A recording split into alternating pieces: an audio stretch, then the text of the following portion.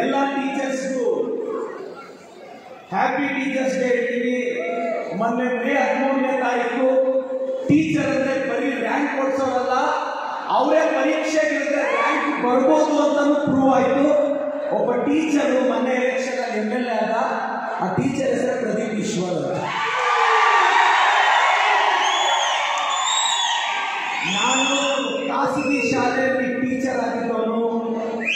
Starting ಅಲ್ಲಿ 2,000-3,000 ಬಂದ್ರೆ salary, ಅದರಲ್ಲೇ ದೊಡ್ಡ ಕನಸು ಕಟ್ಕೊಂಡವನು.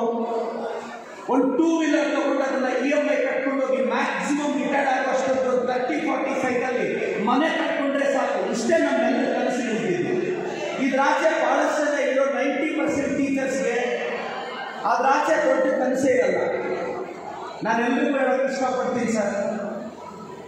ನಾನು ಕುಮಾರಸ್ವಾಮಿಗೌಡ ಸರ್ ರಿಕ್ವೆಸ್ಟ್ ಮಾಡ್ತೀನಿ ಸರ್, ನಾನು ಅವ್ರ ಪರವಾಗಿ ಶಾಸಕರನ್ನು ಕೇಳ್ತೀನಿ ಸರ್, ಎಲ್ಲ ಟೀಚರ್ಸ್ ಸಾಧ್ಯ ಆದರೆ ಒಂದು ಮಾಸ್ಟರ್ ಹೆಲ್ತ್ ಚೆಕಪ್ ಮಾಡಿಸಿದ್ರೆ ಎಲ್ಲ ಟೀಚರ್ಸ್ಗೂ ಅನುಕೂಲ ಆಗುತ್ತೆ ಅನ್ನೋದು.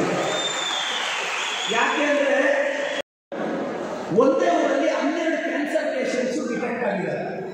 ನಾನು ಎಲ್ಡರ್ ಪಡಿಸಿದ್ರೆ 3 ಹೊಸ ಕ್ಯಾನ್ಸರ್ ಪೇಷಂಟ್ಸು, 39 ವರ್ಷದ ಹುಡುಗ. ಅವರಮ್ಮ ಹೇಳ್ತಾರೆ ಒಂದು ದಿನಾನೂ ಹಾಸ್ಪಿಟಲ್ಗೆ ಹೋಗಿಲ್ಲ.